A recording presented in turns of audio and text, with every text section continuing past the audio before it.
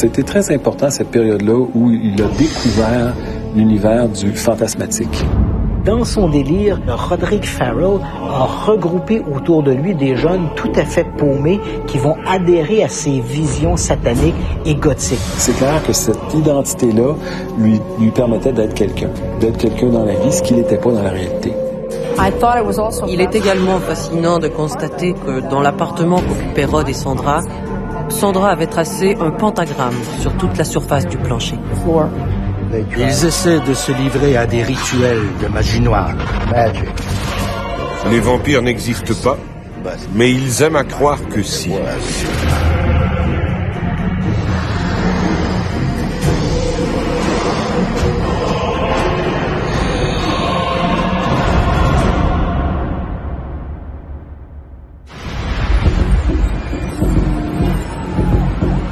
En ce 25 novembre 1996, Belinda North assure son quart de travail de 16h à minuit au Regional Medical Emergency Service de Mount Dora, en Floride. 911, where is your emergency? À 22h31, elle reçoit un appel qu'elle n'oubliera jamais. My emergency is in Eustis, Florida. 24135 Green Tree Lane. I need 2 ambulances. My mother and father have just been killed. I just walked in the door. I don't know what happened. But they're dead. Okay, ma'am. What's your first name? My name is Jennifer. My last name is Wendor. Okay, and what makes you think that they've been killed? There's blood everywhere. Okay, we're on the way. We also have law enforcement on the way also.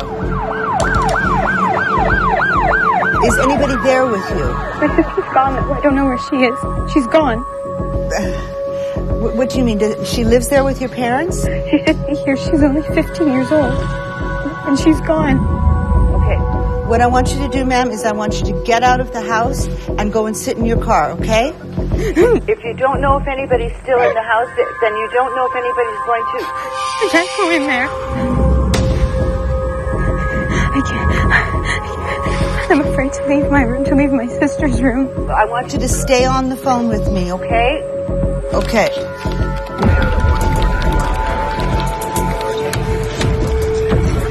All right. The ambulance is there, and they're just going to wait for law enforcement to go in, okay? That's our procedure. Okay. Can I go outside now? Well, no. I want you to wait until law enforcement goes in. Well, the ambulances are there, right? Yes, they're on scene.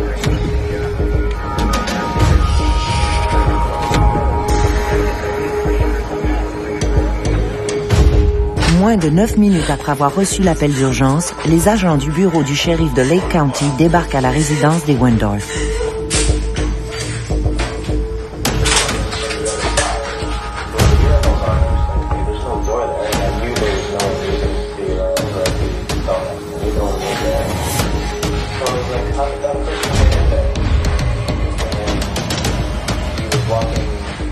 Dès l'arrivée des policiers, la scène de crime leur permet de reconstituer un peu les événements du drame.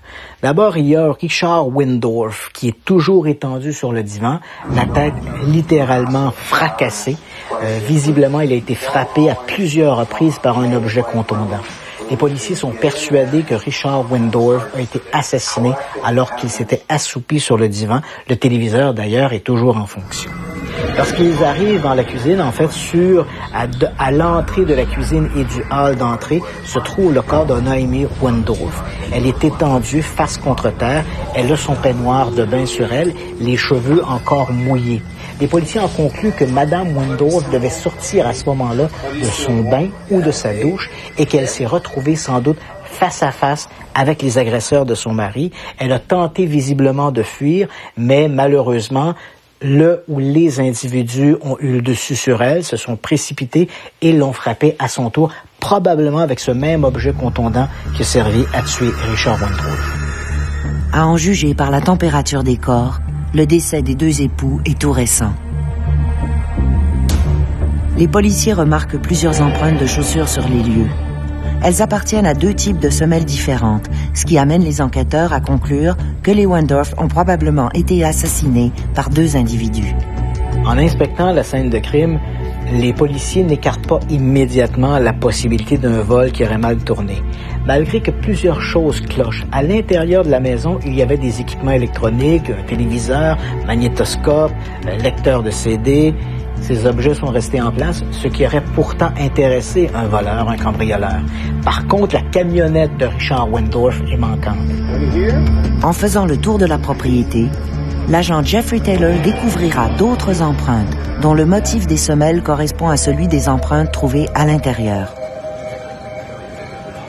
Pour les enquêteurs, la position de la maison des Wendorf, un secteur rural très isolé, exclut l'hypothèse d'une violation de domicile commise au hasard. L'idée que des agresseurs se soient introduits chez les Wendorf uniquement pour voler leur camionnette leur semble très invraisemblable. Donc, l'hypothèse du vol n'est pas écartée d'emblée, mais elle semble invraisemblable. Les policiers vont alors se tourner vers les proches et, élément d'autant plus inquiétant, la plus jeune, la cadette des filles Wendorf, Heather Wendorf, est manquante. Tandis que les experts passent la résidence des Wendorf au peigne fin, les enquêteurs du bureau du shérif de Lake County interrogent les amis proches de Heather, à commencer par Jennifer, sa propre sœur aînée. En interrogeant Jennifer Wendorf, celle qui a logé l'appel au 911, on commence à lui demander s'il y avait des gens dans l'entourage de sa sœur, des personnages un peu louches qui auraient pu en vouloir à ses parents, qui auraient pu commettre un crime comme ceux-là. Et Jennifer Wendorf va en fait sortir le chat du sac en disant « Heather Wendorf, ma sœur, a beaucoup changé au cours des derniers mois et en particulier après avoir rencontré un curieux individu, un personnage du nom de Roderick Farrell. » Au fil de ces interrogatoires, les policiers découvriront une adolescente marginale et troublée, animée d'un goût immodéré pour le macabre. Il y avait chez elle quelque chose de rebelle. Elle portait des vêtements foncés, tenait toutes sortes de propos bizarres. Elle était impliquée dans diverses activités en lien avec le paranormal. Elle aimait le style gothique, une personnalité très discrète. Mais elle avait beaucoup d'animosité à l'égard de ses parents, comme beaucoup d'adolescents. Parce que les parents imposent des restrictions. Ne va pas là, ne fais pas ça, je n'aime pas ce garçon, t'es trop maquillée, ta jupe est trop courte. Ce genre de remarques. Ses amis et elle font partie d'un cercle d'adolescents fascinés par le surnaturel et la sorcellerie. Cette marginalité se serait accentuée après sa rencontre avec Rod Farrell, un obsédé des histoires de vampires. Rod Farrell était le produit d'une grossesse d'adolescente. Sa mère n'avait que 17 ans lorsqu'elle lui a donné naissance. Son père était également un adolescent. Peu de temps après le mariage, le père de Rod est entré dans l'armée et les a abandonnés. Peu après, il a demandé le divorce. Ils ont alors déménagé à Murray, où vivaient ses parents. Et les parents ont pris soin d'eux. Durant ses quarts de travail, Sandra confie Rod à ses parents, Harold et Rosetta Gibson, de fervents pentecôtistes qui ne cessent de reprocher à leur fille d'être une mauvaise mère. Essentiellement, elle courait les bars, fréquentait des hommes, et c'était une mère incompétente qui négligeait son fils. Comme Rod grandissait, elle le laissait faire à peu près tout ce qu'il voulait. Et de fait, s'il n'avait pas eu l'idée de s'intéresser au culte démoniaque, elle aurait été bien capable de lui mettre ça elle-même dans la tête. Coincé entre une mère frivole et des grands-parents bigots, le jeune Roderick a de la difficulté à trouver son identité. C'est clair que quand on a une enfance instable, des substituts de parents qui sont trop rigides, qui en même temps, une mère qui, elle, était à l'opposé, qui semblait pas avoir vraiment de limite dans ce qu'elle faisait, c'est clair que ce que ça va envoyer comme message à l'enfant, c'est extrêmement confondant. D'un côté, il y a la rigidité des parents, des grands-parents qui jouent le rôle parental. De l'autre côté, la mère qui se permet un peu n'importe quoi. Dans ça, peut-être aussi un peu d'hypocrisie, dans le sens que lui disait que ses grands-parents qui donnaient une apparence d'être très religieux et d'avoir des principes importants, qui auraient même été agressés par ce grand-père-là. Son grand-père l'avait amené dans les bois. Il avait été témoin de rituels dans ces bois. Et il avait été molesté par ces individus. Si effectivement c'est vrai, mais c'est le triomphe du mal sur le bien pour un enfant. C'est le triomphe de l'hypocrisie. Donc c'est pas surprenant qu'il ait pu accumuler beaucoup de colère, beaucoup de frustration et qui ait, j'ai envie de dire, abdiqué le fait de faire confiance dans la réalité pour se réfugier dans une espèce de fantasmatique qui répondait beaucoup plus à ses besoins. Secte satanique ou non, l'enfance du petit Rod est plutôt atypique. Vers l'âge de 8 ou 9 ans, son père, qu'il ne voit que très rarement, l'initie au jeu de rôle Donjons et Dragons. Pour Rod, c'est un nouvel univers qui s'ouvre à lui, un monde magique peuplé de créatures fabuleuses. C'est également à cette époque que sa mère, Sandra, une férue d'occultisme, lui apprend la lecture du tarot. Si bien que Rod aura de plus en plus de difficultés à tracer la frontière entre réalité et monde imaginaire.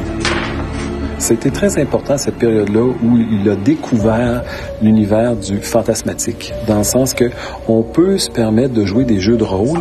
Et les adultes semblent donner de l'importance à ça. Et dans ces jeux de rôle-là, on peut faire n'importe quoi. On peut être n'importe qui. On n'est plus obligé d'être dans cette réalité-là qui semble être très décevante pour lui. Donc, il semble avoir accroché beaucoup à ces jeux-là de fantastique où il pouvait devenir le personnage, incarner ce personnage-là, et là, ça devient satisfaisant.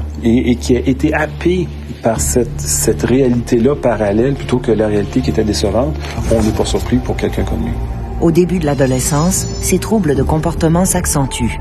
Il pratique l'autoscarification. Il présente des signes évidents de dépression et parle ouvertement de suicide.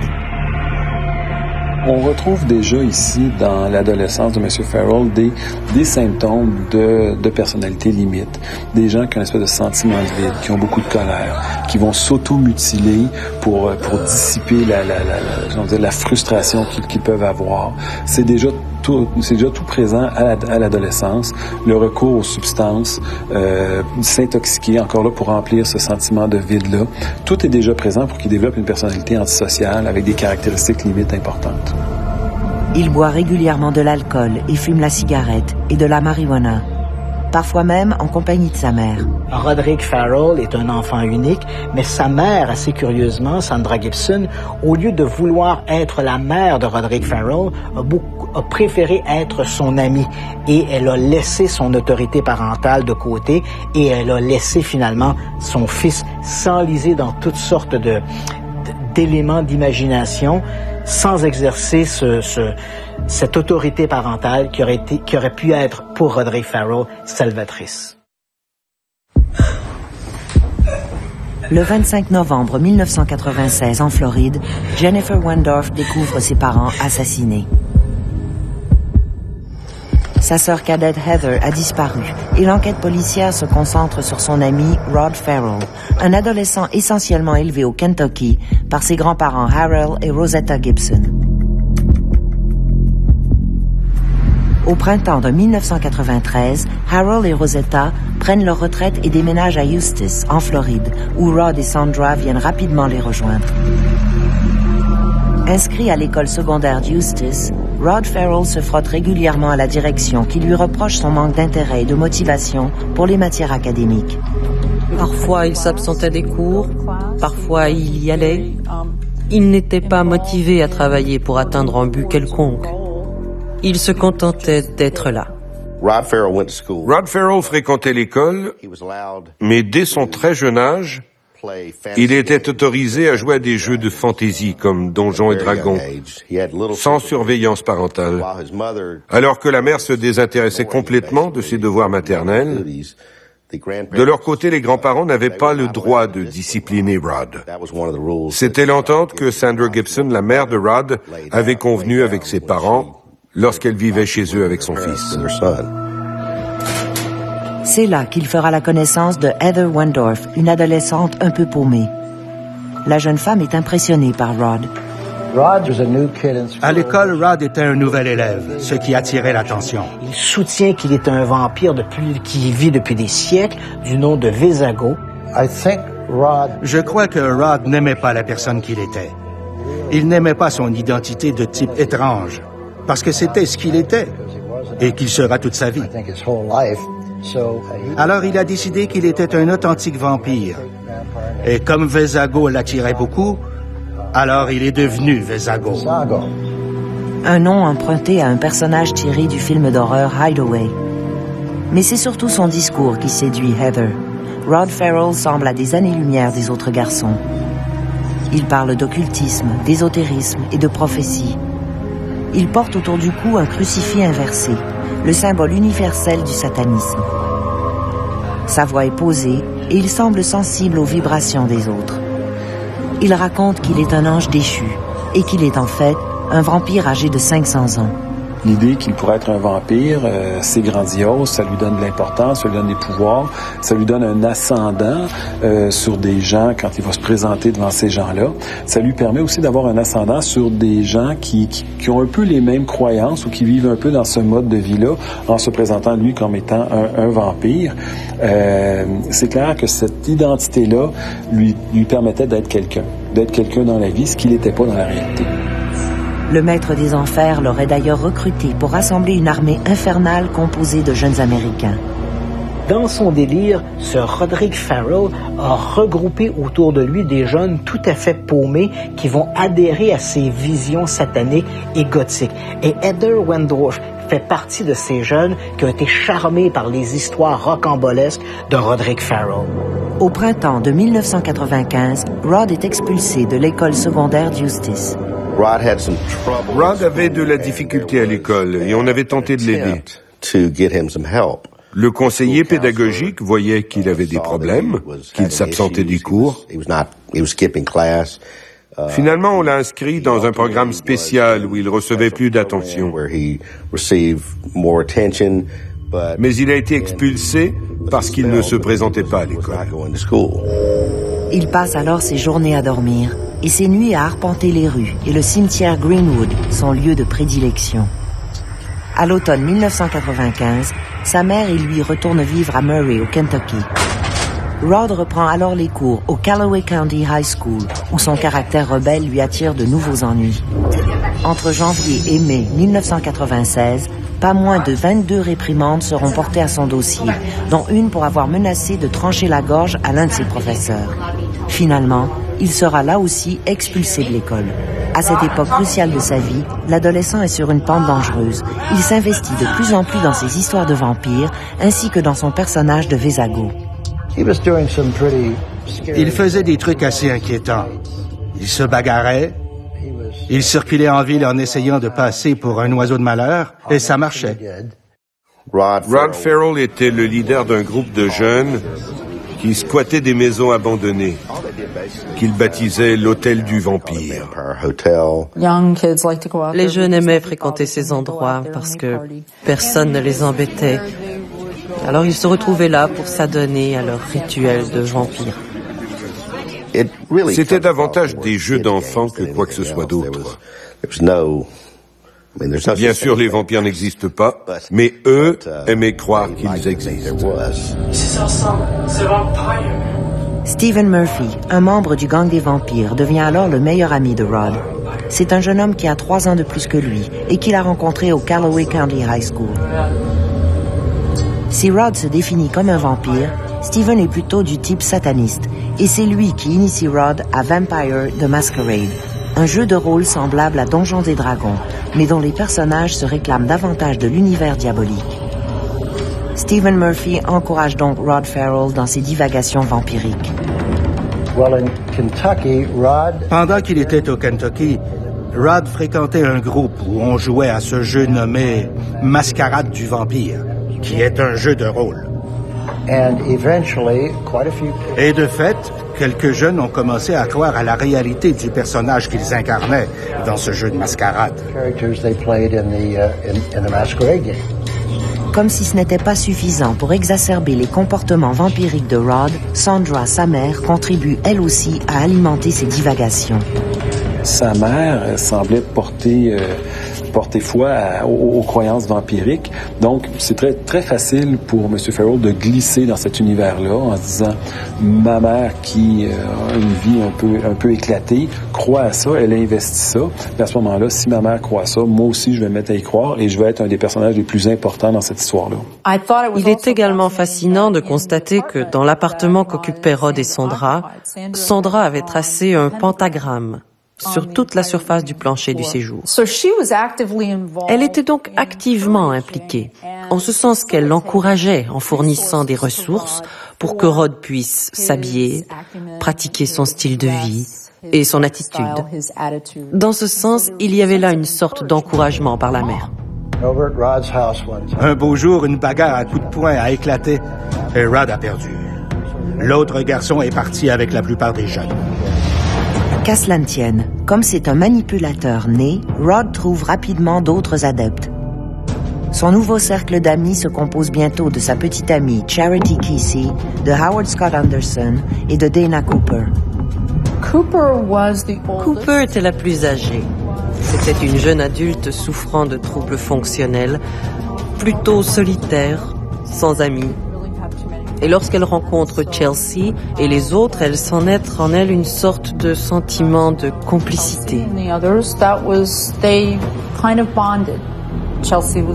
Chelsea était très jeune, encore adolescente, issue d'une famille divorcée. Encore une fois en quête d'une sorte d'ancrage, en quête de valeurs auxquelles croire et se raccrocher. Et même chose pour Anderson. Anderson qui venait d'une famille extrêmement pauvre. Rod faisait en quelque sorte figure de Peter Pan. Il leur offrait de l'espoir, en ce sens qu'il était doté de cette formidable imagination. Outre ce trio, Rod continue d'entretenir des liens avec ses amis de Floride, en particulier avec son ex de l'époque, Janine Leclerc et Heather Wendorf. Heather Wendorf téléphonait à Rod au Kentucky pour se plaindre de ses parents qui abusaient d'elle. Je ne crois pas que ses parents aient eu le moindre indice qu'elle passait autant de temps au téléphone, parce que ce n'est pas eux qui payaient ses communications. La facture était payée à Murray. Fin octobre 1996, Rod et Scott sont arrêtés à Murray pour avoir mutilé des chiots dans un refuge pour animaux, où ils ont pénétré par effraction. Ils avaient torturé les chiots à mort. Ils leur avaient arraché les pattes et avaient emporté des bouts de corps avec eux pour, on le suppose, se livrer à des rituels sataniques en utilisant ces morceaux de cadavres. Les adolescents sont formellement accusés, mais Rod prend l'affaire en riant. Face au shérif Stan Scott, il se vante que la justice ne peut rien contre lui, car il est immortel. Les accusés sont relaxés en attendant d'être jugés par un tribunal juvénile. Ainsi, d'une part, il pratique un style de vie qui est amusant et agréable, mais d'autre part, il y a certains aspects de ce mode de vie qui l'entraînent vers une zone déstructurée, où on observe une perte de respect pour la vie. Lorsqu'on l'encourage, par exemple, à montrer ce qu'il peut faire en tuant des animaux. Après l'incident du chenil, Rod sent que l'heure est venue pour lui de tirer sa révérence. Il explique à Charity, laquelle est enceinte de lui, qu'il veut partir. Il rêve de la Nouvelle-Orléans, une ville qu'il a visitée lorsqu'il était enfant. Après tout, n'est-ce pas là le pays du vaudou, de la magie, des zombies et des vampires? Il confie aussi à Charity qu'il ressent de plus en plus souvent cette étrange pulsion de tuer quelqu'un.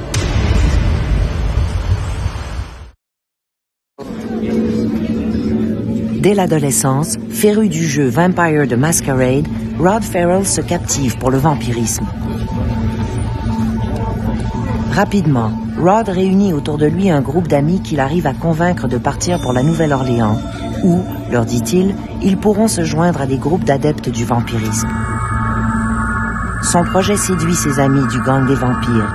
Ainsi, Charity, Howard et Dana lui font savoir que lorsqu'il sera prêt, ils seront du voyage avec lui. Ils ont décidé qu'avec ses amis, ils prendraient la voiture pour aller chercher Heather, qui, elle, aurait plusieurs autres jeunes avec elle. Ensuite, ils se rendraient à la Nouvelle-Orléans, où ils pourraient tous devenir de vrais vampires. Et comme tout le monde le savait à l'époque, à la suite de la publication du roman de Anne Rice, Entretien avec un vampire, tout le monde savait que la Nouvelle-Orléans était un nid de vampires. Le vendredi 22 novembre 1996, Rod Ferrell, accompagné de Howard Scott Anderson, Charity Kesey et Dana Cooper, quitte le Kentucky en direction de la Floride.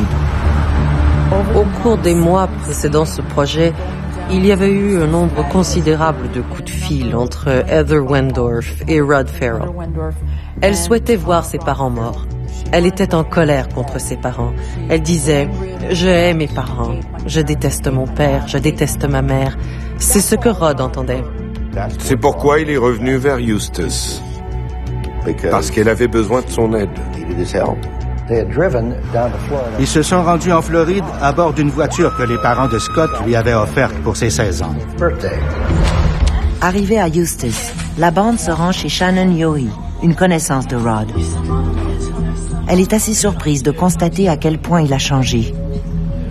Ce soir-là, Rod lui demande de téléphoner à son ex, Janine Leclerc, avec laquelle il n'a jamais cessé de correspondre. Il sait également que Heather Wendorf se trouve en compagnie de Janine. Pendant un moment, il échange avec les deux adolescentes et échafaudent quelques plans. Puis, Rod et sa bande quittent le domicile de Shannon quelques minutes après. Plus tard, Rod retrouvera Janine Leclerc dans un boisé près de chez elle. Il lui explique alors que sa bande et lui s'apprêtent à prendre la route de la Nouvelle-Orléans et qu'il aimerait bien qu'elle se joigne à eux. Une nouvelle vie nous attend là-bas, dit-il. Il précise qu'il a fait une proposition similaire à Heather et que celle-ci est d'accord pour les accompagner. Janine est réticente, car avec ses longs cheveux noirs et son teint blafard, Rod lui apparaît plus inquiétant que jamais. Finalement, elle lui répond qu'elle prendra sa décision dans les prochaines heures. Le lendemain midi, Rod retrouve Heather Wendorf dans le cimetière de Greenwood. Pendant un long moment, il marche entre les pierres tombales, conversant à propos de vampires et de démons. Derrière un bouquet d'arbres, ils se tailladent l'avant-bras et lèchent mutuellement leur sang. Ce rituel, explique Rod, est une sorte de communion. Pour devenir immortel, Heather devra apprendre des incantations magiques. Mais ce baiser de sang, lui confie Rod, la place déjà dans l'antichambre de ce monde des ténèbres, sur lequel il règne en maître. Au cours de cet échange, Heather réitère son souhait de fuir vers la Nouvelle-Orléans. « Nous partons ce soir », lui confie Rod. Ce même 25 novembre, en fin d'après-midi, Rod débarque de nouveau chez Shannon, qui est seule chez elle. Rod lui explique alors qu'ils ont eu une crevaison, que leur vieille Buick ne va pas très bien et qu'il doit se servir de son téléphone. Il contacte Heather Wendorf et finalise les derniers détails de leur fugue.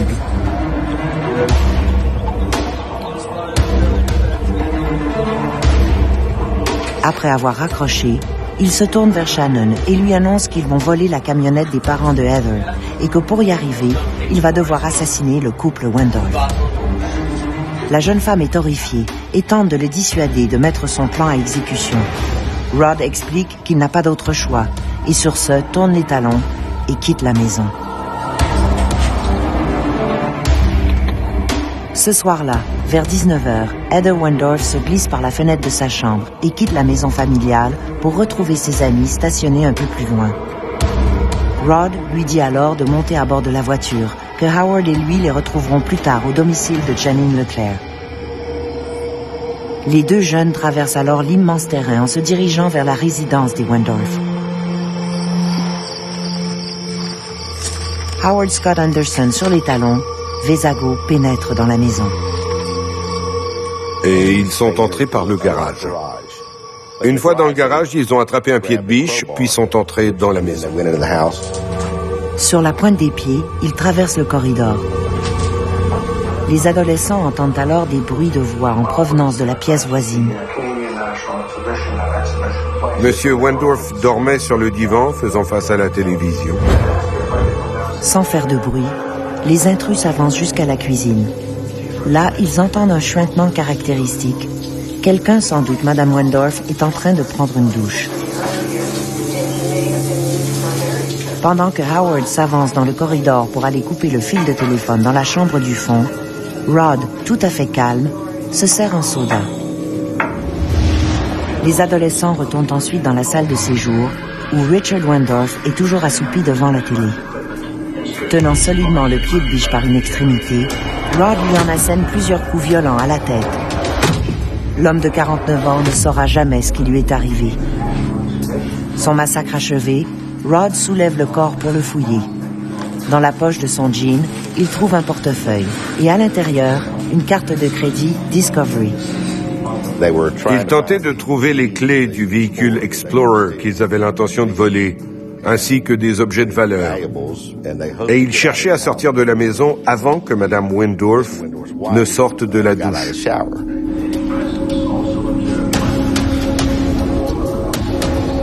Après avoir assassiné M. Wendorf, il est allé dans la cuisine et c'est à ce moment-là qu'il est tombé face à face avec Mme Wendorf qui tenait un café à la main.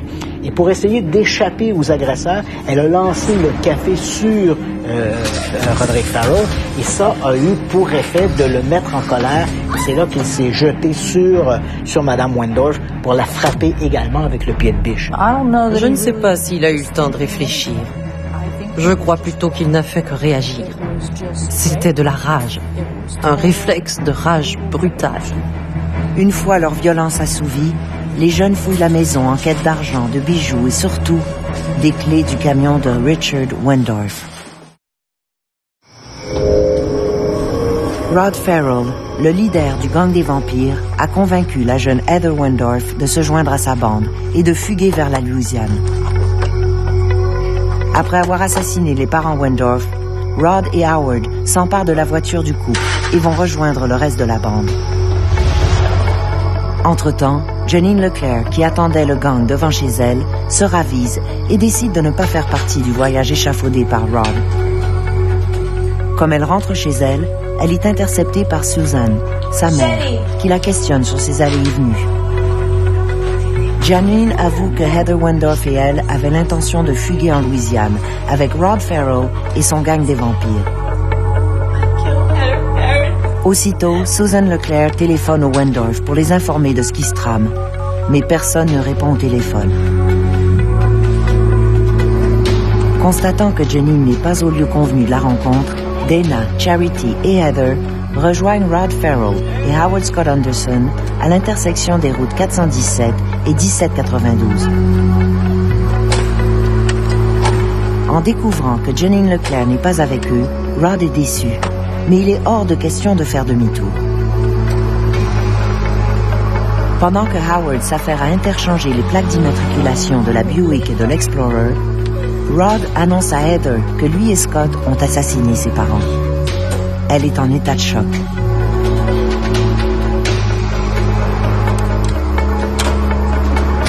À 35 km de là, Jennifer, la sœur de Heather, découvre ses parents assassinés. Elle se précipite dans la chambre de sa sœur pour appeler les urgences. Quelques heures après l'assassinat du couple Wendorf, des policiers du comté voisin de Seminole vont trouver une voiture abandonnée sur le bas-côté de la route. En comparant le numéro de la plaque numérologique, ils vont découvrir que le numéro de la plaque correspond à la camionnette des Wendorf. Alors évidemment, les policiers concluent que la voiture doit sans aucun doute être celle des assassins ou des fuyards et qu'ils ont fait un transfert de plaque pour finalement essayer de détourner les pistes. Les policiers vont donc procéder à ce moment-là via le numéro de série de la voiture. Ils vont identifier la voiture, ils vont associer la voiture à son propriétaire, un certain Howard Anderson, qui habite à ce moment-là au Kentucky. Rejoint chez lui, le Howard Anderson en question va raconter que la voiture n'est pas la sienne en fait, mais celle de son fils Howard Scott. Alors à ce moment-là, et que ce Howard Scott est un proche ami de ce Roderick Farrell. Alors les policiers commencent déjà à ce moment-là à se douter ce qui s'est produit. Scott et Farrell sont probablement partis avec Heather Wendorf. Alors un avis de recherche est lancé à ce moment-là. On cherche une camionnette avec une plaque du Kentucky, plaque qui correspond à la voiture de Howard Scott. Dans la soirée du 27 novembre, le bureau du shérif de Lake County en Floride lance officiellement un mandat d'arrêt au nom des 5 fugitifs. En plus du mandat d'arrêt, les enquêteurs demandent à leurs collègues de Bâton Rouge de porter un intérêt particulier à tout véhicule de marque Ford Explorer. Rod et sa bande ont conduit depuis Eustis jusqu'à la Nouvelle-Orléans. Ils n'avaient plus d'argent. Ils avaient volé une carte de crédit sur le corps de M. Wendorf, dont ils s'étaient servis en route pour payer l'essence. Ils sont arrivés à la Nouvelle-Orléans et après avoir passé la nuit à faire le tour de la ville, ils ont décidé qu'ils voulaient vraiment rester là. Alors ils se sont rendus jusqu'à Bâton Rouge, la capitale de l'État. Ils n'avaient plus d'argent, ils avaient peur et ne savaient vraiment plus que faire ni où aller. Charity Kesey, l'ami de Rod, originaire de Murray au Kentucky, a alors téléphoné à sa mère qui vivait au Dakota du Sud en espérant pouvoir lui soutirer de l'argent. Jody Remington, laquelle est à l'emploi du bureau du shérif du comté, explique à sa fille qu'elle sait tout, qu'elle a suivi leur histoire à la télévision. Comme les jeunes n'ont nulle part où aller, Jody lui dit de trouver un hôtel. Une fois sur place, elle n'aura qu'à demander aux responsables de communiquer avec elle pour finaliser la location des chambres par carte de crédit. 30 minutes après cet appel, Jody reçoit un second coup de fil de sa fille. Charity et ses amis se trouvent à présent dans le lobby du Howard Johnson Plaza Hotel. La mère a alors dit à sa fille, « Laisse-moi parler avec la personne en charge de la réception. » Elle a expliqué qu'elle travaillait au bureau du shérif au Dakota du Sud et lui a donné son numéro de carte de crédit. Elle a demandé à ce qu'on donne une chambre aux jeunes, qu'on leur donne quelque chose à manger et qu'on s'occupe d'eux pour la nuit. Une fois cet appel terminé, elle a repris son téléphone et appelé le shérif de Murray, qui lui a contacté les autorités de Bâton Rouge. Éventuellement, les policiers du côté de Bâton Rouge vont arrêter les 5 jeunes liés à l'assassinat du couple Wendorf. Leur cavale aura duré 3 jours. Au poste de police de Bâton Rouge, en échange de son témoignage, Rod Farrell est autorisé à voir sa copine, Charity Kesey. Farrell, au moment de son arrestation, très rapidement va assumer la responsabilité du crime. Il avoue que c'est lui qui a tué le couple Wendorf. Il raconte que lorsqu'il est entré, qu'il a vu M. Wendorf assoupi sur le divan, il a décidé de le frapper avec un pied de biche qu'il avait trouvé dans le garage et qu'à ce moment-là, il n'avait pas ouvertement l'idée d'assassiner le couple au moment de s'introduire dans la maison. L'idée était de voler leur véhicule, voler également un peu d'argent. Et soudainement, en voyant M. Wendorf étendu sur le divan, l'idée lui a pris comme ça de le tuer pour voir à quoi ressemblait, quel serait le feeling, le sentiment de tuer une personne. Il va accepter la responsabilité du crime en essayant de disculper ses acolytes et en particulier Scott Anderson qui l'accompagnait dans cette maison. Scott se contentait de me suivre comme un petit chien, précise Farrell.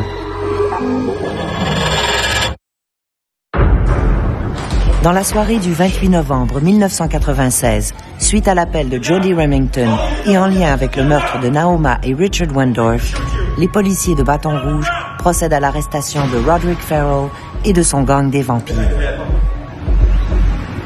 Une semaine plus tard, les suspects seront extradés vers la Floride.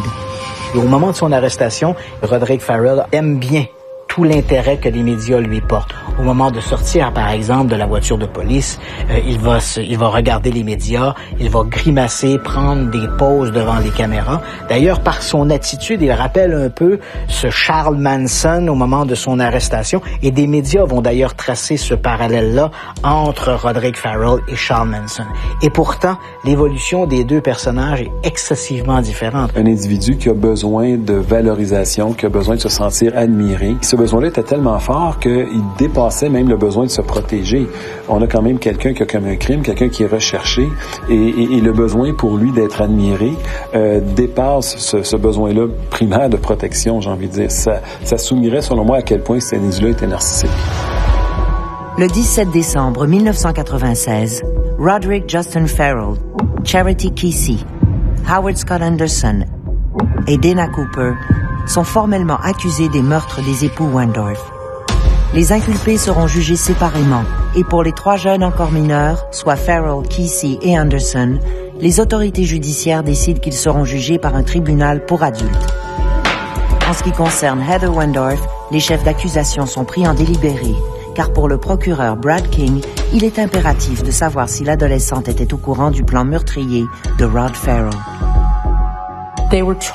Ils ont tous été accusés sous le chapitre de ce que nous appelons en Floride felony murder, ou meurtre par association. Cela s'applique lorsqu'un ou plusieurs crimes sont commis et qu'une mort survient durant la perpétration de ce crime. Une personne peut alors être accusée de felony murder. Alors, comme ces jeunes gens avaient parlé de leurs intentions alors qu'ils étaient dans la cuisine d'une amie, le grand jury a eu vent de cette information et il a jugé qu'ils étaient partiellement responsables de ces actes parce qu'ils savaient ce qui allait se passer, qu'ils ne l'ont pas empêché et qu'ils se sont entraidés pour quitter les lieux et se rendre en Louisiane. Rod Farrell a été accusé de 2 meurtres au premier degré et de 2 vols à main armée. L'un pour le véhicule, l'autre pour la carte de crédit. Son co-accusé, Scott Anderson, a été mis en accusation pour des motifs similaires. Dana Cooper, l'une des filles qui s'était jointe à eux, a été accusée des mêmes chefs et elle a été condamnée pour 2 meurtres au 3e degré et de participation directe pour vol à main armée et infraction. Charity Kesey a également été accusée de complicité pour vol à main armée et de 2 meurtres au premier degré. Finalement, elle a été condamnée elle aussi pour 2 meurtres au 3e degré. En janvier 1997, à Ocala, en Floride, Heather Wendorf se présente devant un grand jury où elle soutient qu'elle n'était pas au courant des desseins assassins de Rod Farrell. Heather a été emprisonnée durant plusieurs semaines avant de faire face au grand jury qui devait déterminer si elle serait mise en accusation. Et le grand jury ayant refusé de la mener en procès, toutes les charges contre elle ont été retirées. En conséquence, mis à part le temps qu'elle aura passé en prison en attente des procédures, elle rentrait à la maison parfaitement libre. Heather quittera le tribunal libre comme l'air, son seul crime étant d'avoir cru aux fadaises de Vesago. Les 2 adolescents ont été jugés séparément. Scott a accepté une entente avec la poursuite pour échapper à la peine de mort. Et il a reçu 2 sentences consécutives de prison à vie, sans possibilité de libération conditionnelle. Rod Farrell a également plaidé coupable. Il a d'abord voulu aller en procès, mais il a plaidé coupable avant que le jury ne soit formé. On a alors formé un jury afin de déterminer s'il serait condamné à mort ou à la prison à vie. Le 27 février, le juge le condamne à mourir sur la chaise électrique. Charity Kesey, qui entre-temps a perdu l'enfant qu'elle portait, sera condamnée à 10 ans de réclusion. Le fait qu'elle n'ait eu que 15 ans au moment des faits explique la sympathie du jury et la légèreté de sa peine. Elle a été libérée en mars 2006. Dana Cooper, la seule accusée véritablement majeure au moment de l'assassinat des Wendorf, est condamnée à 17 ans et 6 mois de réclusion. Elle bénéficiera d'une libération conditionnelle en octobre 2011. Rod Farrell a été condamné à mort. Il a reçu 2 condamnations à mort et il a été condamné à la prison à vie pour chacune des accusations de vol à main armée. En appel, j'ai réussi à faire réduire sa condamnation à mort en un emprisonnement à vie. Le 17 novembre 2000, Rod Farrell, le plus jeune meurtrier incarcéré dans le corridor de la mort en Floride, voit sa condamnation à la peine capitale commuée en peine de prison à vie, sans possibilité de libération conditionnelle. Rod Farrell avait 16 ans au moment des meurtres du couple Wendorf. À cette époque, la loi de Floride autorisait qu'il soit jugé en tant qu'adulte et condamné à mort. Pendant que sa cause était en appel, la Cour suprême a jugé inconstitutionnel le fait de condamner un accusé juvénile à mort. C'est ainsi que sa condamnation à mort a été annulée. En 2002, l'affaire des vampires du Kentucky sera librement portée au petit écran dans un docudrame intitulé The Vampire Clan. Rod Ferrell, qui rêvait tant d'immortalité, devra se contenter de la célébrité fugace du monde de la télévision. Moi, je crois qu'il y a des gens qui veulent faire du mal aux gens. Le mal existe. C'est clair qu'il y avait un but précis et pour lui, c'était de devenir un vampire et il a fait exactement tout ce qu'il fallait pour arriver à ses fins. Il avait besoin d'être mordu par un vampire et il devait aussi boire leur sang. Les personnes âgées seraient les meilleurs candidats pour être des victimes pour des crimes vampiriques. Si l'un d'eux devait mourir, il n'y aurait pas grand monde pour le regretter. C'était une scène absolument horrible. La société, dans son ensemble, a une part de responsabilité dans les monstres qu'il crée.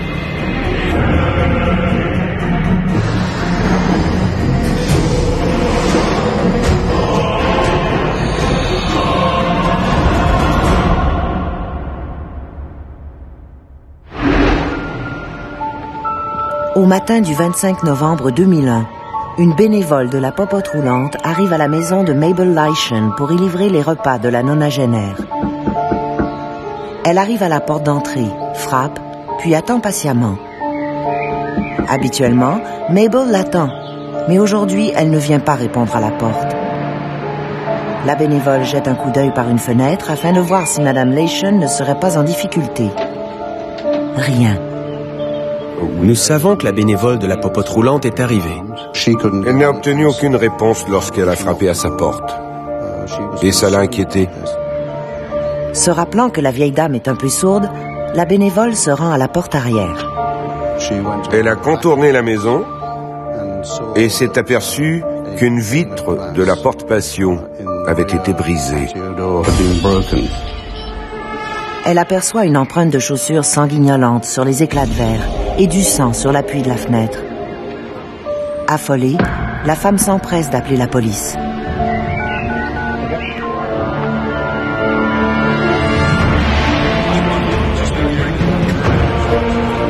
Deux agents de police sont arrivés sur les lieux et sont entrés dans la maison. C'était une scène assez horrible et franchement bizarre. Lentement, les policiers avancent vers le séjour où la télé est toujours allumée, mais sans le son. Mabel semble s'être endormie. En la contournant pour lui faire face, il remarque une grande flaque de sang sous ses genoux. Les jambes avaient été étendues, de manière à ce que le sang puisse couler dans une casserole. Et le contenu de la casserole n'était plus là. En regardant autour, ils aperçoivent un plateau d'argent sur la scène du crime. À l'intérieur, il y avait une feuille de papier chiffonnée. En ouvrant le paquet pour regarder son contenu, le spectacle les fait presque vomir. Lorsqu'on a déballé le papier, on s'est rendu compte qu'il contenait le cœur de Madame Leischen. Ils ramènent leur regard vers Madame Leischen et remarquent une cavité dans la cage thoracique, là où le cœur aurait dû se trouver. La cage thoracique avait été ouverte et le cœur retiré du cadavre. Autour du corps, il semble y avoir une série d'objets rituels. Il y avait 2 tisonniers placés en croix et un chandelier sur le manteau de la cheminée. De toute leur carrière, aucun de ces officiers de police n'a jamais été témoin d'une scène aussi macabre. La réputation de ville paisible, tranquille, voire ennuyeuse de Landfire PG vient de voler en éclats.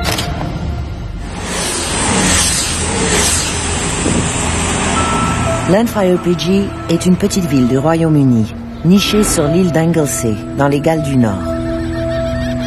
Aujourd'hui, l'attraction culturelle la plus populaire de Landfire PG est son nom exceptionnellement long. Vous allez devoir me pardonner mon mauvais accent gallois, mais cette ville est celle que nous connaissons tous comme la ville au long nom.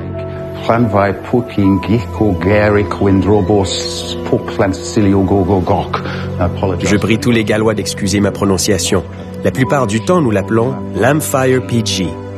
Encore une fois, ma prononciation n'est peut-être pas exacte, mais il s'agit d'une petite ville sur l'île d'Anglesey, dans le nord-ouest.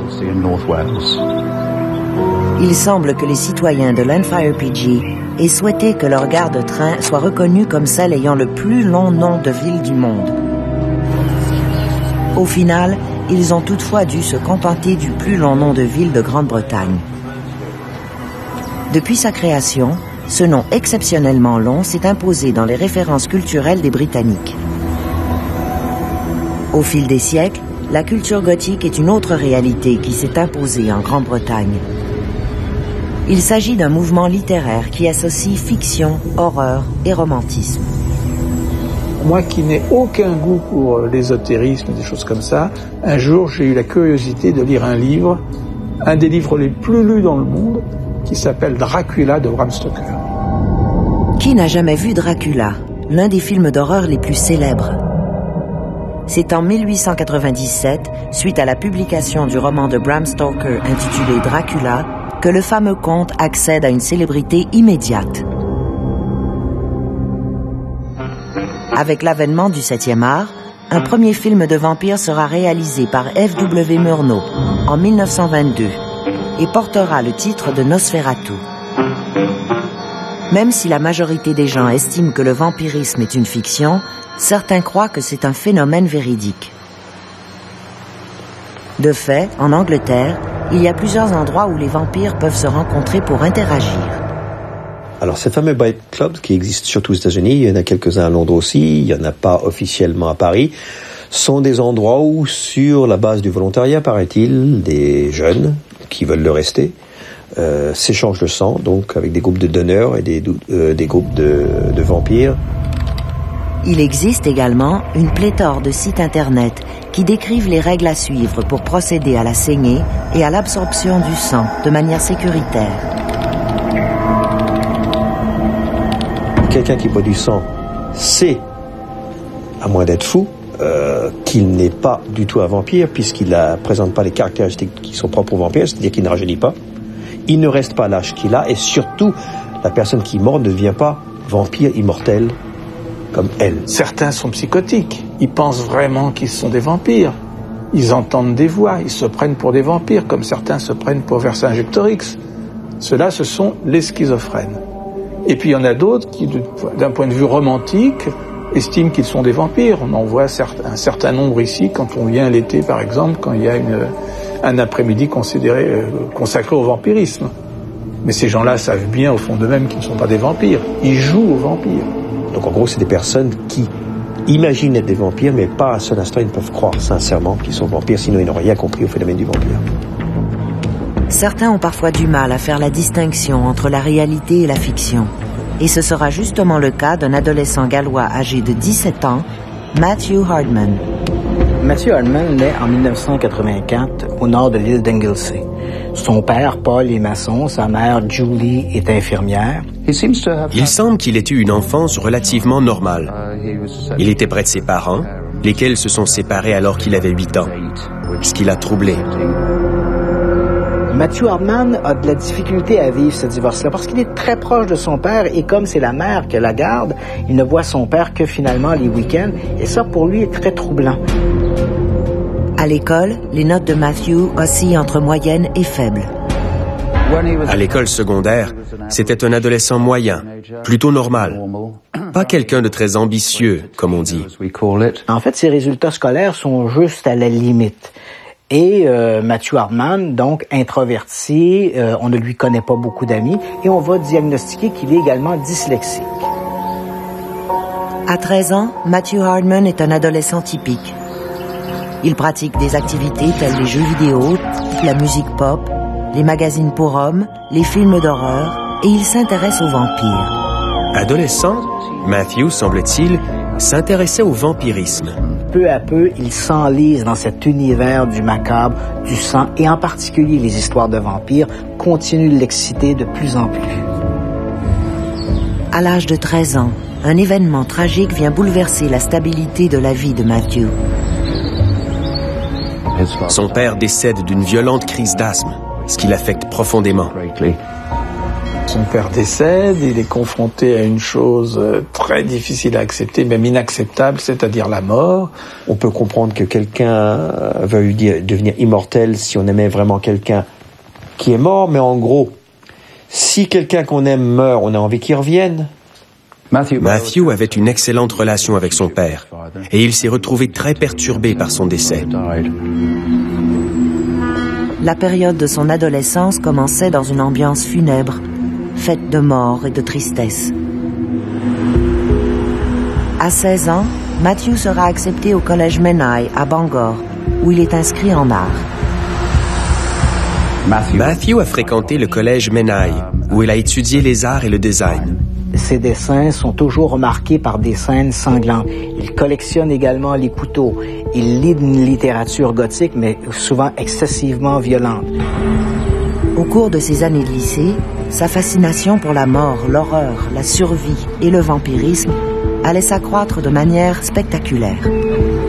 À l'adolescence, alors que Matthew Hardman étudie en art et qu'il développe en coulisses ses goûts pour le macabre, il pratique quelques petits boulots, il vit d'expédients et se trouve également un emploi comme livreur de journaux, comme camelot.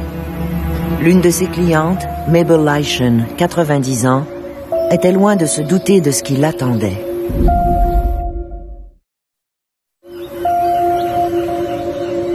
Matthew Hardman, un jeune Gallois étudiant en art, devient camelot dans son quartier. L'une de ses clientes est une vieille dame âgée de 90 ans, du nom de Mabel Leishen. Mabel Leishen était une vieille dame tout à fait typique.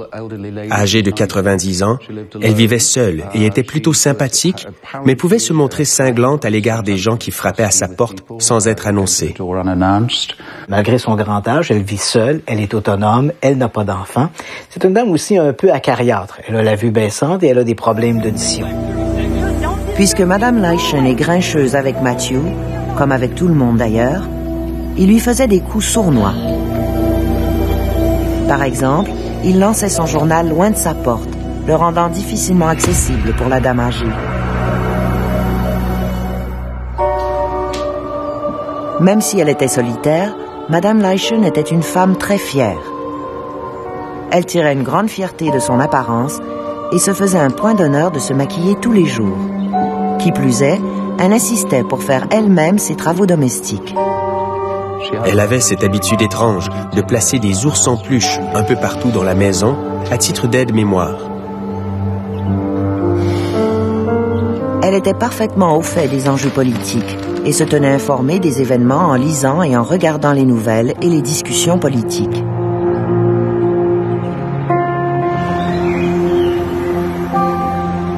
Durant toute sa vie, son passe-temps favori fut la peinture. De fait, c'était une paysagiste remarquable. Matthew et Mabel ne le savaient pas, mais ils partageaient le même intérêt, l'art. Il semble que Matthew et Madame Leishen n'entretenaient aucune relation, sinon celle d'être voisins dans une toute petite communauté. Il la connaissait certainement, mais je ne crois pas qu'il ait eu des liens étroits. Il était simplement le camelot qui habitait pas loin. Matthew avait également un autre intérêt qu'il partageait avec une jeune étudiante allemande, membre d'un programme d'échange au collège Menai. En septembre 2001, il l'avait remarquée dans la maison de chambre où vivait son ami David Lamb. Elle y logeait aussi. Convaincu d'avoir affaire à une authentique vampire, il demandera à son ami David Lamb, lui aussi participant au programme d'échange, de la lui présenter.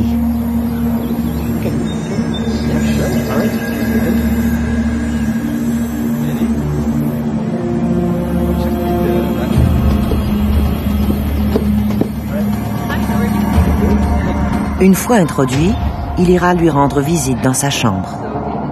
Une fois entrés, ils se sont mis à parler de fantômes, de vampires et de diverses choses du genre. Je crois que la jeune femme était parfaitement heureuse d'avoir ce genre de discussion et qu'elle était intéressée par le sujet. Elle était réceptive au départ à cette discussion-là.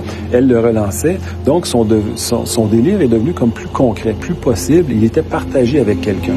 Un soir, ils ont eu une longue conversation à propos du vampirisme. Conversation qui s'est conclue sur une demande de Matthew de se faire mordre le cou par la jeune femme. Subitement, Matthew Hardman lui a dit qu'elle était une vampire et lui a demandé de le mordre. De toute évidence, elle croit d'abord qu'il plaisante. Il est devenu très volontaire et très insistant sur le fait qu'elle devait le mordre. Elle était complètement désorientée par ce qui se passait. Et il a tenté de calmer les choses, mais il l'a forcée à s'étendre sur le lit et à appuyer sa gorge sur sa bouche.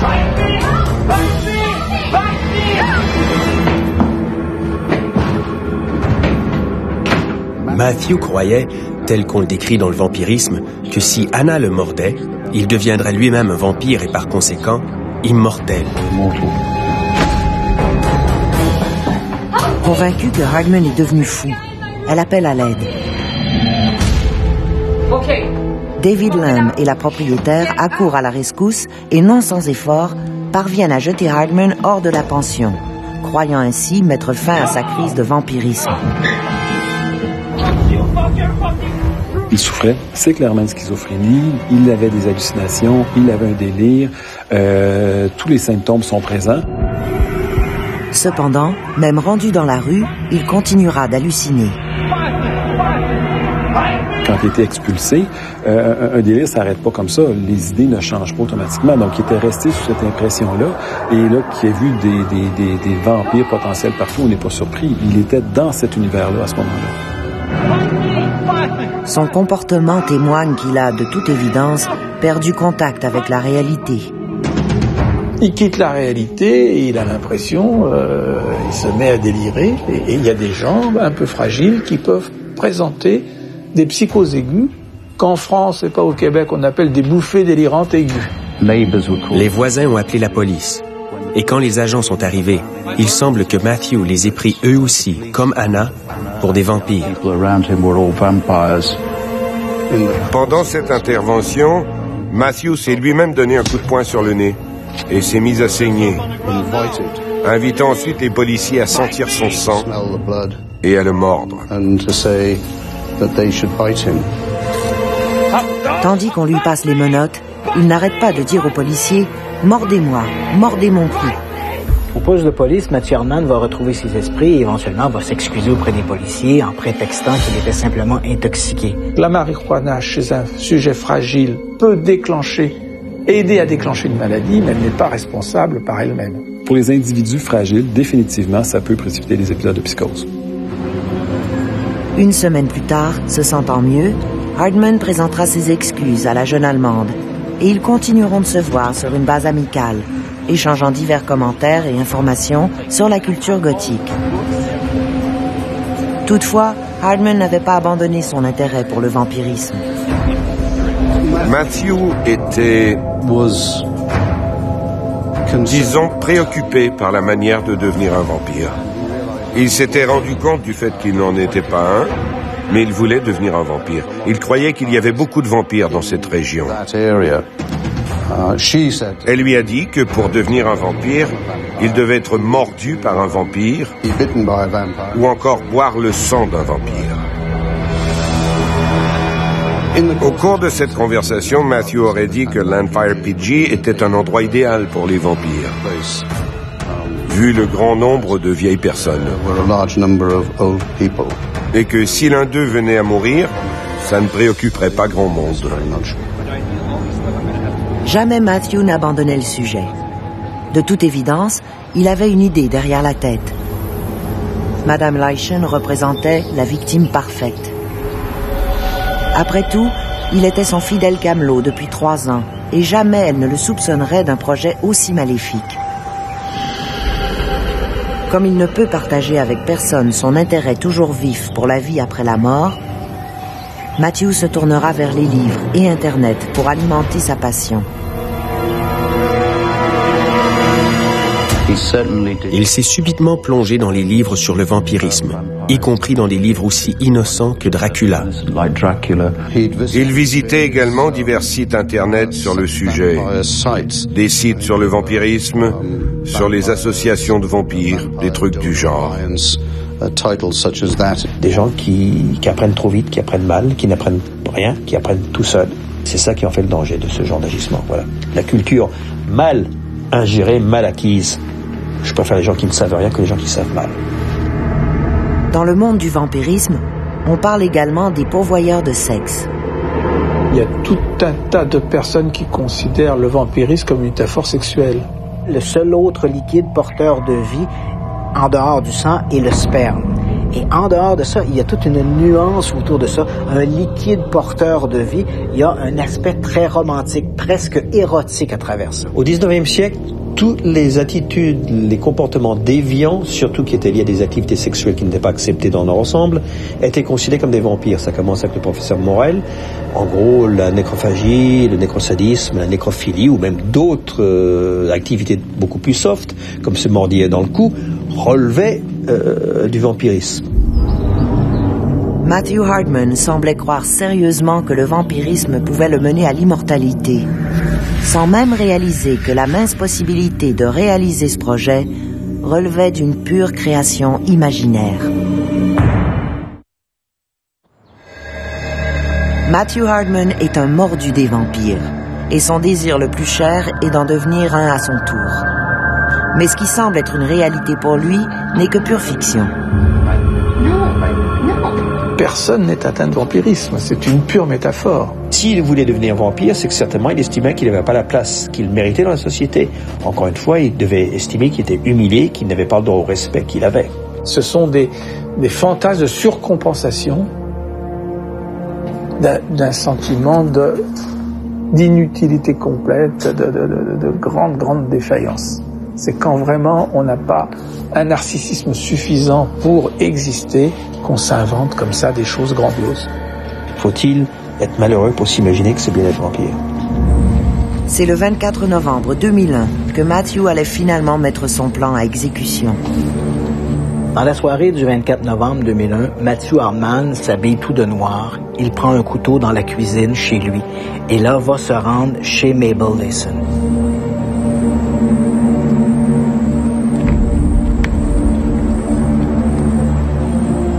Il sait que la dame a des problèmes d'audition et qu'elle écoute la télévision toujours avec le son au maximum. Il attrape une plaque d'ardoise du patio et s'en sert pour fracasser la vitre de la cuisine.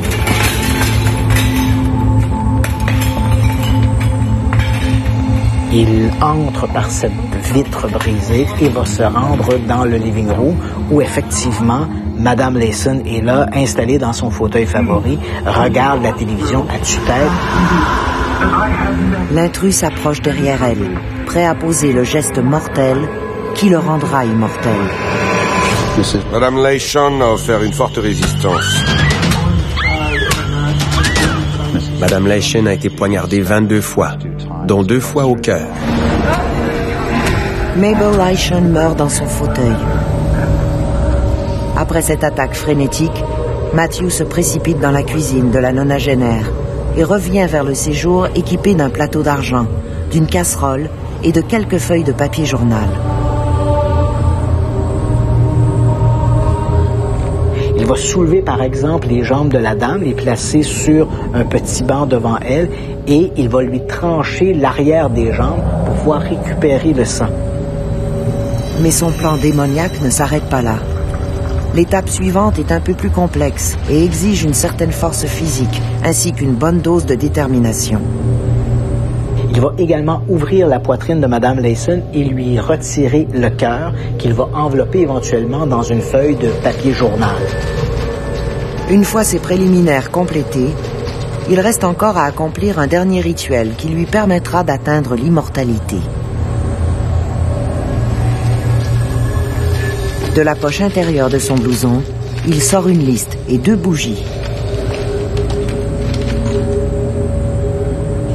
Il repasse chaque élément de la liste et une fois assuré que tout est bien en place, il allume la première bougie sur le manteau de la cheminée. Puis, il allume la seconde et la pose à côté du corps. Il prend ensuite 2 tisonniers de laiton et les pose en forme de crucifix au pied de la victime. Finalement, il se met à réciter une incantation qui, à n'en pas douter, fait partie d'un rituel du vampirisme dont il a pris connaissance dans ses lectures et sur Internet.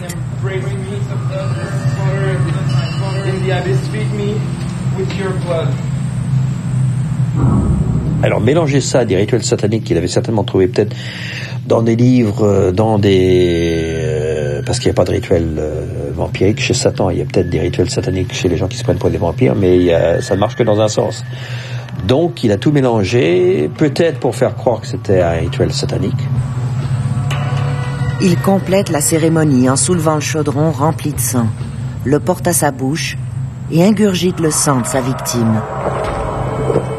Il vient enfin d'étancher son insatiable soif pour l'immortalité.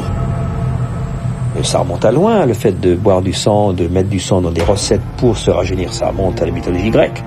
C'est toujours quelqu'un d'âgé à qui on injecte ou à qui on donne à boire du sang plus jeune pour qu'il reste jeune. Ça ne marche jamais dans l'autre sens, donc c'est quelqu'un qui n'avait strictement rien compris. Dans son esprit dérangé, il a maintenant la certitude d'être un vampire. Il est invincible. Le corps de Mabel Lation sera découvert dès le lendemain par une bénévole de la popote roulante. Mabel Lation recevait la visite de la popote roulante sur une base régulière. L'une des bénévoles s'était liée d'amitié avec elle et lui rendait visite sur une base pratiquement quotidienne. C'est cette même bénévole qui s'est présentée le dimanche à l'heure du lunch pour lui apporter le repas spécial du dimanche. C'est elle qui va contacter les policiers et les policiers vont éventuellement trouver cette scène de crime. Après avoir inspecté la scène du crime, les policiers en arrivent à la conclusion que le meurtrier doit être un médecin ou un chirurgien, un étudiant en médecine ou un boucher.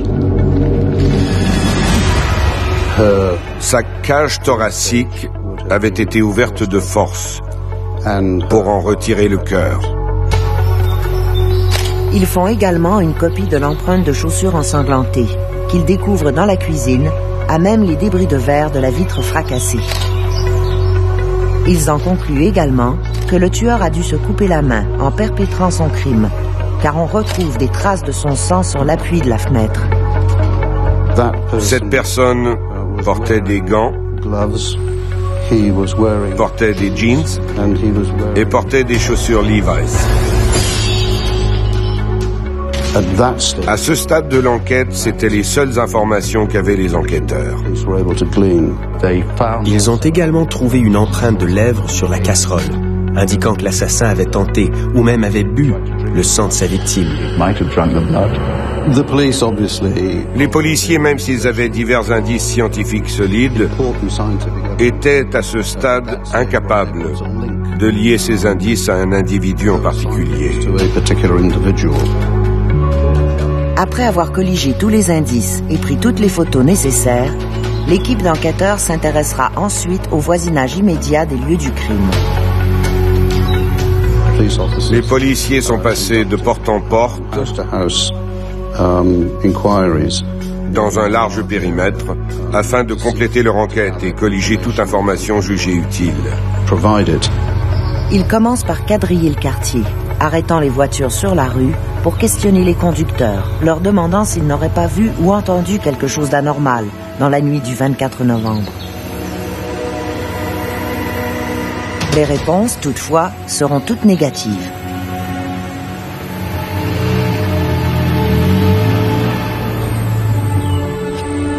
Les enquêteurs rendront également visite à Matthew Hardman à la maison de sa mère. De fait, c'est à peine 2 jours après le meurtre qu'on a pu lui parler. À ce moment-là, il a déclaré ne pas connaître Madame Lation et a affirmé que ce samedi soir-là, il était en compagnie de cet ami qui était présent lors de l'incident avec l'étudiante allemande Ils avaient passé 3 heures ensemble, puis il était rentré à la maison et y était resté pour le reste de la soirée. Tout au long de leur enquête, les policiers prélèveront des échantillons d'ADN sur plus de 100 personnes afin de les comparer aux traces de sang trouvées sur la scène du crime. Ainsi, dès le début décembre, les policiers avaient accumulé des preuves portant sur 3 suspects possibles.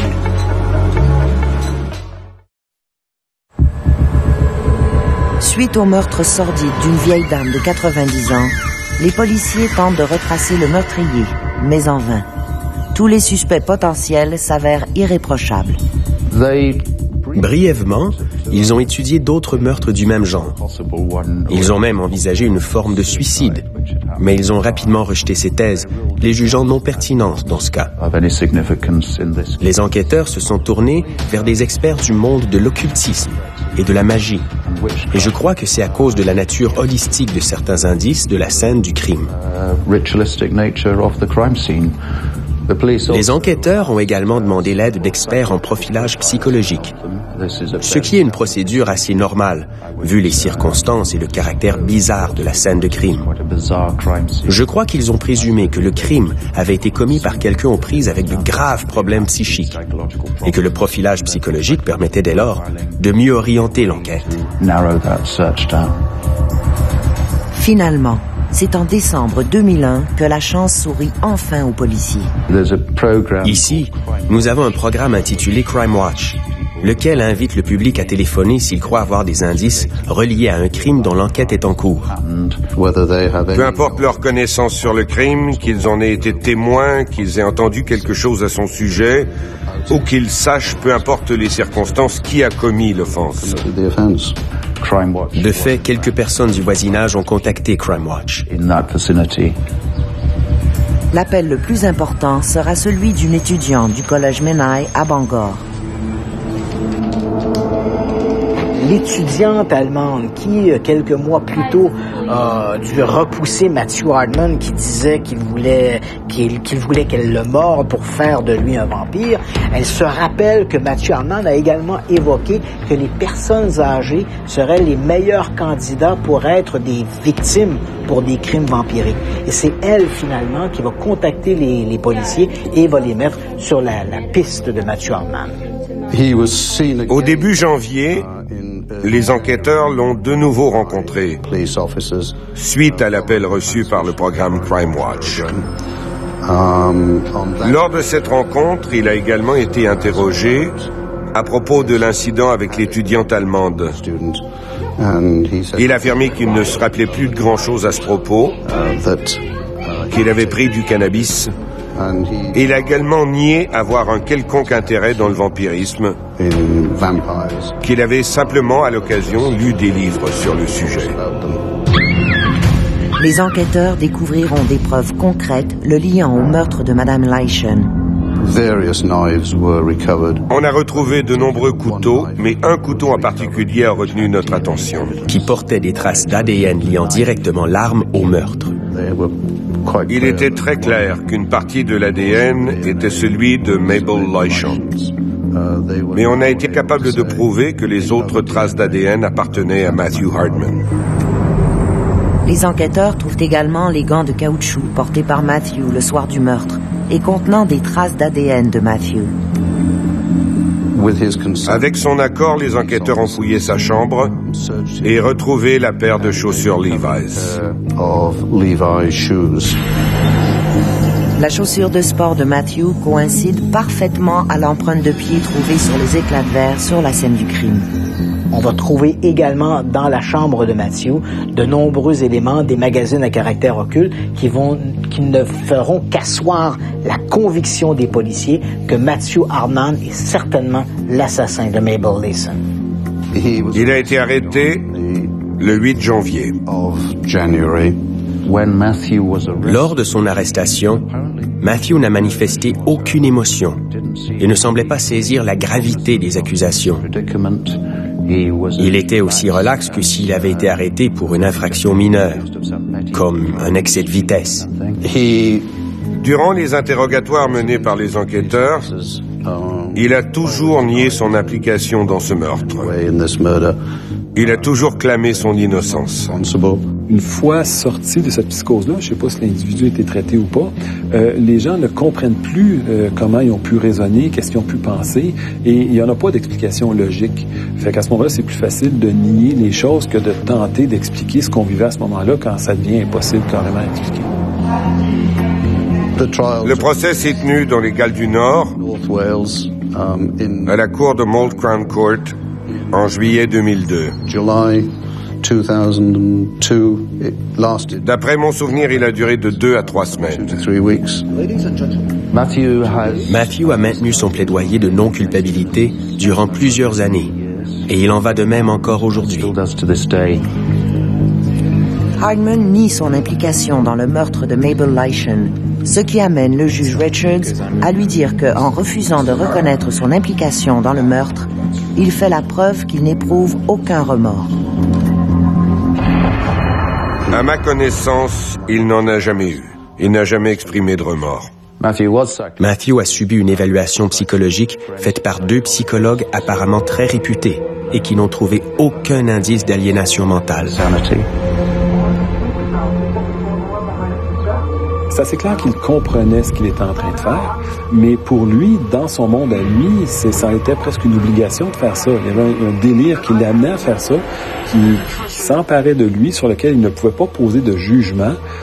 C'est un cas où habituellement les gens sont déclarés non responsables quand on voit que c'est plus l'effet de la maladie sur lequel ils ne peuvent plus critiquer leur comportement, ce qui semblait être le cas pour lui.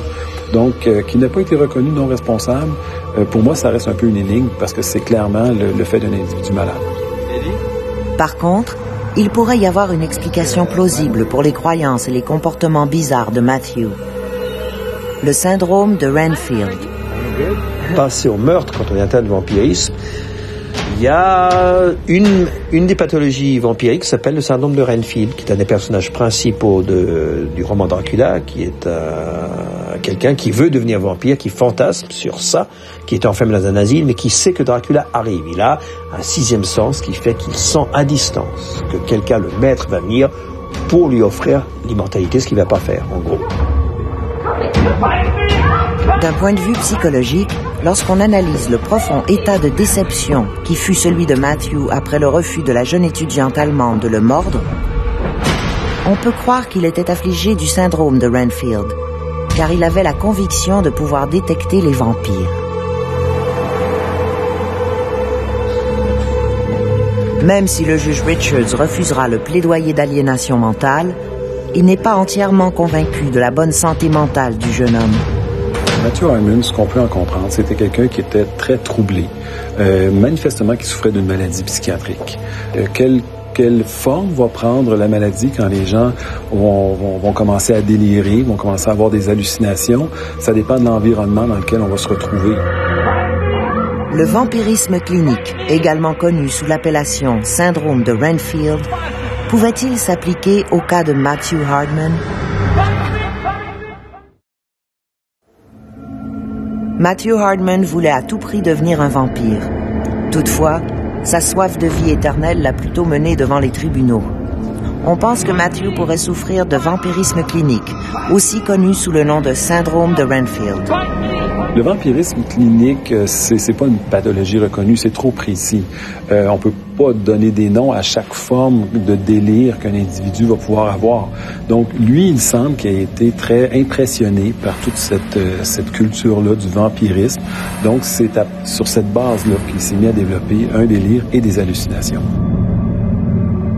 Alors, les bouffées délirantes et psychoses aiguës, on dit classiquement que dans un tiers des cas, elles suivent un stress intense et qu'il y a un seul épisode dans la vie. Il y a des personnes qui, confrontées à des stress majeurs, vont présenter plusieurs épisodes de bouffées délirantes, de psychoses aiguës, et parfois c'est l'entrée dans la schizophrénie. Lors du procès, l'enquêteur principal, Alan Jones, témoignera que toutes les preuves retenues contre Hardman sont le fruit des interrogatoires tenus entre l'enquêteur et le suspect, en somme, l'accusé lui-même.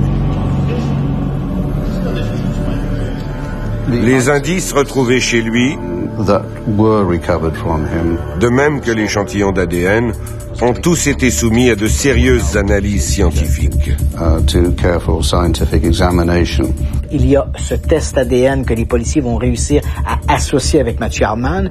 On va également pouvoir associer une paire d'espadrilles trouvées dans la chambre de Matthew Hardman à des empreintes de chaussures ensanglantées trouvées sur la scène de crime. Mais l'élément le plus déterminant est une empreinte des lèvres de Matthew Hardman dans ce plat métallique, cette soupière dans lequel Matthew Hardman a récupéré le sang de Mabel Layson pour le boire. Les taches de sang semblent également avoir été présentes sur les manches des couteaux. Il y avait deux types de sang présents, du sang d'homme et du sang de femme. L'un appartenait à Matthew Hardman, ce qui n'a rien de surprenant puisque c'était son couteau. Les autres traces du mélange appartenaient à Madame Mabel Layson. Tous les résultats tentent à démontrer que Matthew Hardman est bel et bien l'assassin de Mabel Layson. La poursuite du procureur Roger Thomas visant à incriminer Hardman est fondée sur la croyance totale qu'entretient le suspect de 17 ans à l'égard du mythe des vampires. Bon nombre de livres témoignant d'un intérêt pour le vampirisme ont été retrouvés dans sa chambre. Dans mon souvenir, il y avait des titres tels « Courir avec le diable »,« Le livre du sang »,« Le fils du diable »,« Dracula ».